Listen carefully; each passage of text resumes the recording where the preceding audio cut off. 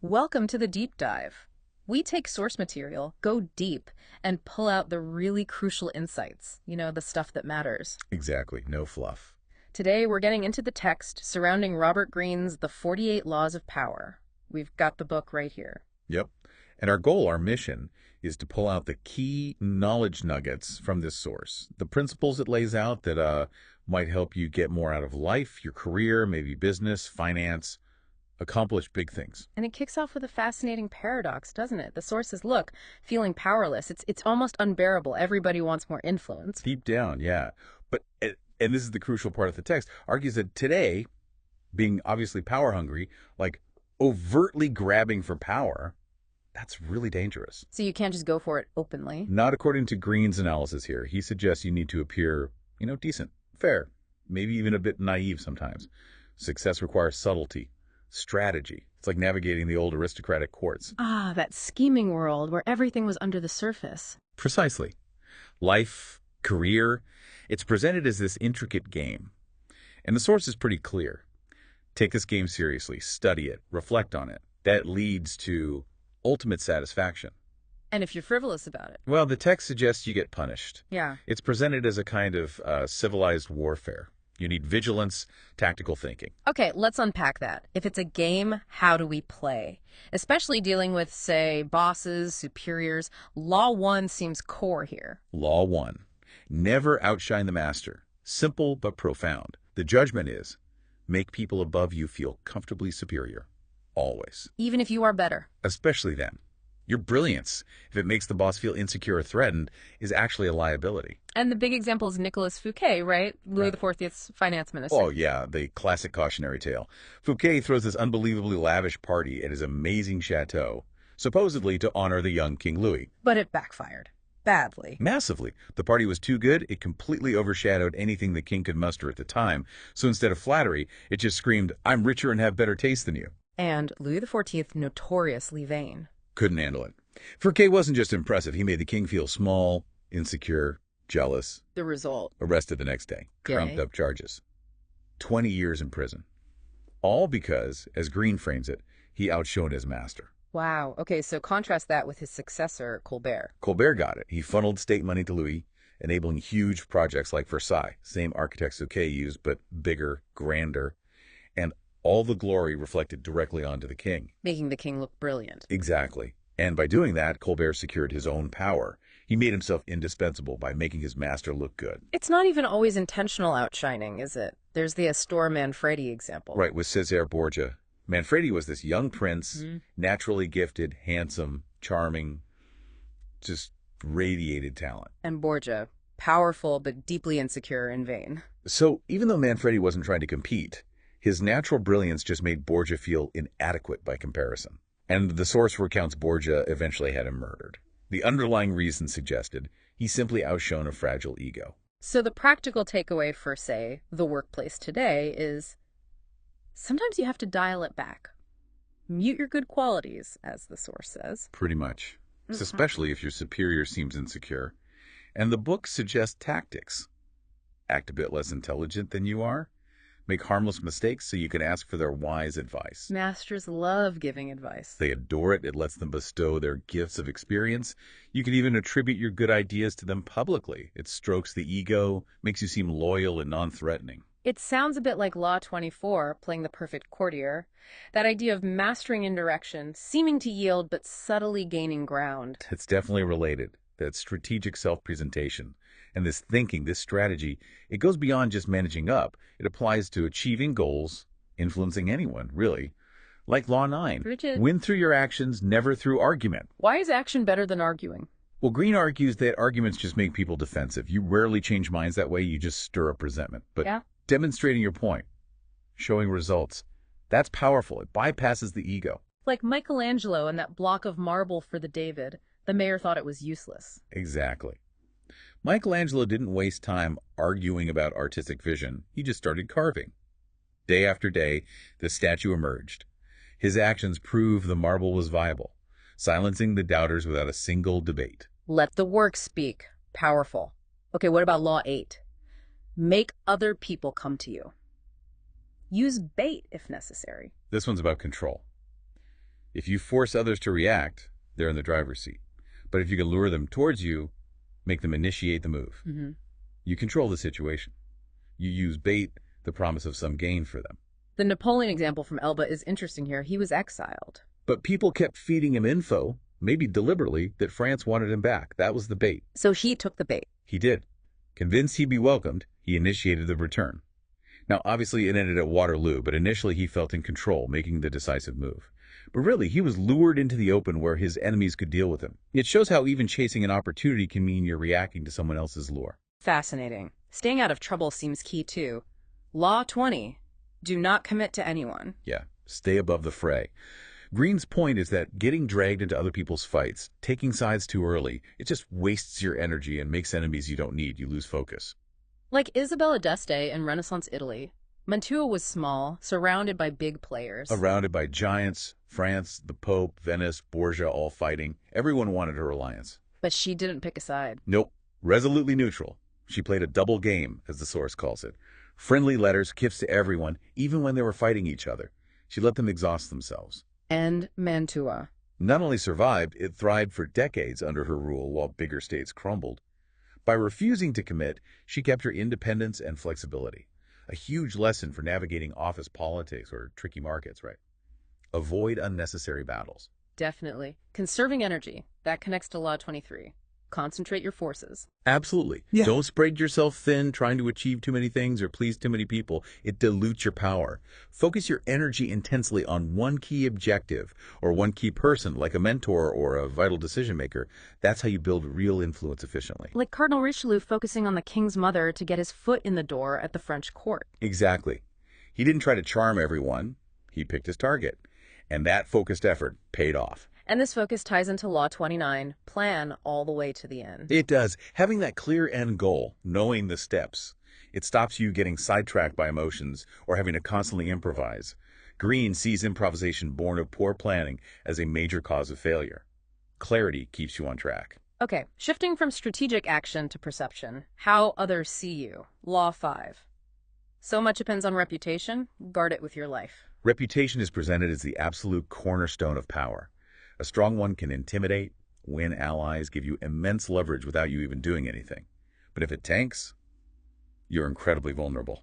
The Zhu Zhiliang story is amazing here, the empty city strategy. Almost legendary, right? He's in this tiny, undefended town. A massive army, 150,000 strong, led by a top general, Sima Yi, is bearing down on him. What does he do? Panic. The opposite. Orders the gates thrown open, hides his few soldiers, and sits calmly on the wall playing his lute. In plain sight. And the enemy general retreats. Yes. Sima Yi, facing this bizarre scene, thinks Zhu Zhiliang is a master strategist. This has to be an elaborate trap. His fear wasn't of the visible situation, but of Zhu Zhiliang's reputation. That alone was enough to make a huge army turn tail. Reputation as a weapon in itself. Incredible. And closely linked is Law 6, court attention at all costs and create an air of mystery. You have to stand out, yes. But mere attention isn't enough. Cultivating mystery, keeping people guessing, makes you intriguing, powerful. Predictability makes you boring, easily dismissed. Like Mata Hari in Paris, no real dance background. None. But she concocted this whole persona, Japanese princess, sacred dances, constantly changing stories about her past, combined with provocative performances. She became a sensation. Exactly. Not through technical skill, but through mystery. Greene says mystery draws people in, invites interpretation, creates power, because it can't be easily figured out. It keeps them fascinated. Maybe a lesson for personal branding today? Yeah. Don't reveal everything at once. Keep them wanting more. Makes sense. Then there's Law 30. Make your accomplishments seem effortless. Why hide the hard work? Because, according to this view, showing the struggle, the sweat, the practice, it diminishes the magic. Making things look easy, natural, like you were born with the talent, that enhances your aura. It makes you seem superior, almost godlike. Like Houdini's escapes. Perfect example. They looked impossible, effortless. But behind it was relentless practice, study, physical conditioning, all hidden. He never explained his tricks. Revealing the method makes the magic mundane. People want to believe in effortless mastery. And Law 37, create compelling spectacles. Like Diane de Poitiers plastering her initials intertwined with the king's everywhere. Yes. Using symbols, imagery, grand gestures to constantly reinforce your presence and power. It's about managing the visual narrative, making yourself seem larger than life. So perception management is key, especially with rivals. Law 21 is interesting. Play a sucker to catch a sucker. Seem dumber than your mark. Seems risky. It is, but the logic is make your target feel smarter than you. Their guard drops. They get complacent, overconfident. They underestimate you, making them vulnerable to your actual strategy. The diamond mine scam is the classic case. Arnold and Slack. Oh, yeah. These guys presented themselves as simple, uneducated prospectors to super sophisticated financiers, even a Rothschild. Made them look like country bumpkins. Totally. They planted some gems, led the experts on a wild goose chase to discover them. The financiers, blinded by greed and their own sense of superiority, thinking they were taking advantage of these simpletons. Fell for it completely. Lost millions. Exactly. Greene argues their downfall wasn't just greed, it was arrogance. Thinking they were the smartest guys in the room made them easy marks. Wow. Okay, a different tactic for weakness. Law 22. Use the surrender tactic. This isn't about giving up. It's strategic yielding. Surrender on the surface to buy time, to frustrate your opponent who wants total victory, or to preserve your strength for later. Like Bertolt Brecht facing that anti-communist committee in the U.S. Right. Others were defiant, got blacklisted. Brecht understood the committee wanted confrontation. So he played the role of the polite, slightly confused foreigner, formal suit, interpreter, vague answers, framing his controversial work as anti-Hitler. Gave them nothing to attack. Exactly. He baffled them with politeness. They couldn't get the fight they wanted, so they let him go. He left the country unharmed the next day, while his confrontational colleagues suffered. Apparent surrender shielded him. Clever. Okay, let's talk about making changes. Law 45 warns, preach the need for change, but never reform too much at once. People hate abrupt change, Greene argues. We're creatures of habit. Even necessary reforms, if done too fast, too sweepingly, cause trauma and backlash. Like Thomas Cromwell in England with Henry VIII, breaking from Rome was huge. And he managed that part.